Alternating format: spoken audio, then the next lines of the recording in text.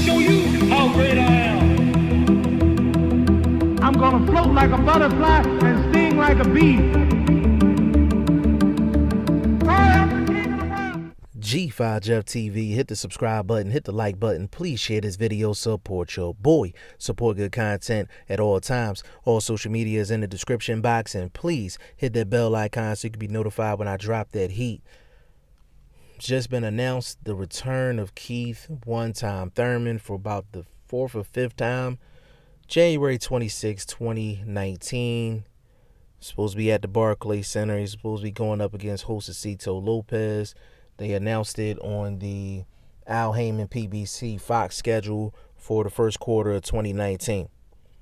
Now, you can call him Keith one-time Thurman, Keith always injured Thurman, Keith fight one time a year Thurman, Keith I don't want no smoke with Earl Spence Thurman. You know, whatever you want to call him. But we all have to admit, when Keith Thurman's on top of his game, he's one of the best at welterweight, if not the best at welterweight. I would say he probably has the best resume out of any welterweight in the world right now, despite the injuries that he's been suffering through.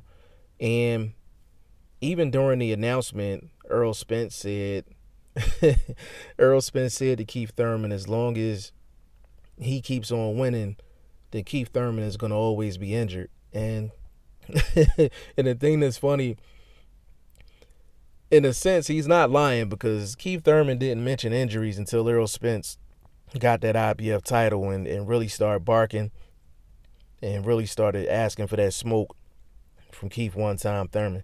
Now, Keith Thurman seems like, you know, he wants to get back in there and he wants to kind of reclaim his spot. It's just with Thurman, I'm not sure if he is interested in getting in the ring with Earl Spence. Like, I'm not even sure if he's interested in getting in the ring with Terrence Crawford. I don't even know if he wants to get into the ring with Sean Porter right now, even though he has the automatic shot. It seems like the only person Keith Thurman really is interested in fighting is Manny Pacquiao. He will mention Manny Pacquiao's name before Sean Porter, before Earl Spence, before Terrence Crawford, any of those guys. It seems like his focus and his interest is in Manny Pacquiao. And out of all people, Adrian Broner gets the first crack at Manny Pacquiao. You know what I'm saying? And Manny Pacquiao being on PBC, that's a perfect opportunity for his opponents to beat Manny Pacquiao and become a star. This is the classic way you build a star in boxing. The young gun goes up against the old lion that has a name. You beat the old lion that has a name, and now you're the star. It's almost like Manny Pacquiao will be passing down the torch. But the way things look right now, I would take Manny Pacquiao over a lot of these dudes over in PBC, just because of his experience, because of him just fighting top-notch competition. And outside of really Floyd and the Marquez fight, when Marquez caught him with that shot and knocked him out. But I think the general public knows it. You know, Juan Manuel Marquez, he was on the finest juices. He was on the finest juices that night. You know what I'm saying? But Manny Pacquiao is beating, top level competition for the majority of his career, like in his prime. So Manny Pacquiao's not an easy out for Keith Thurman or anybody else at 147.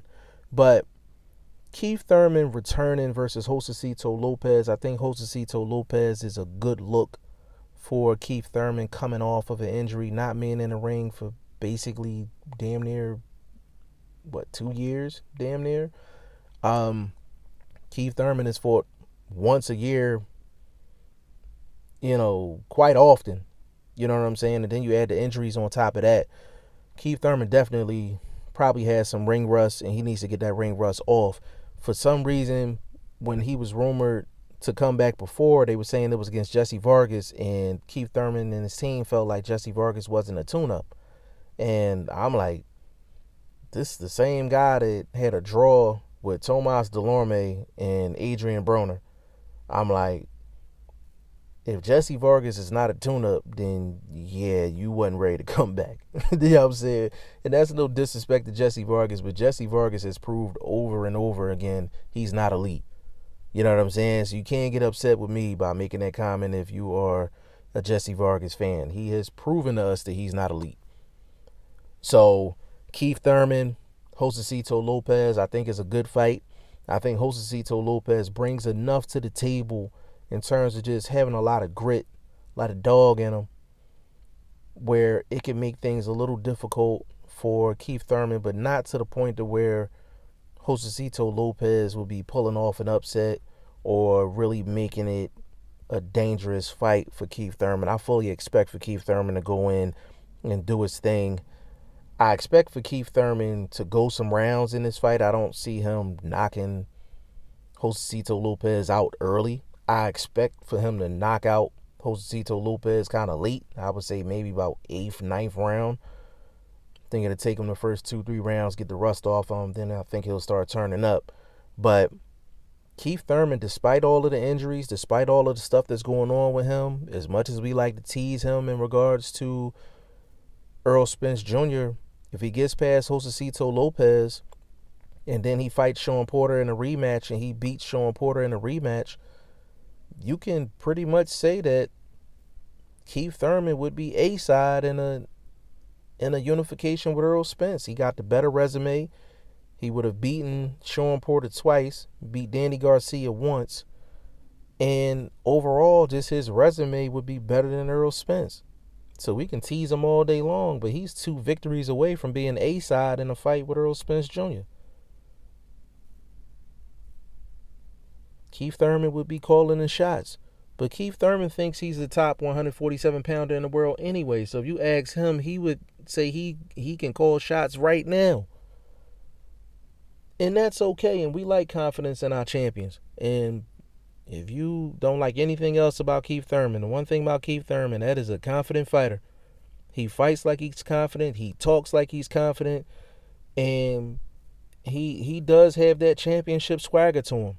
He definitely has it. The only thing you can really question about Keith Thurman is whether his heart is in it.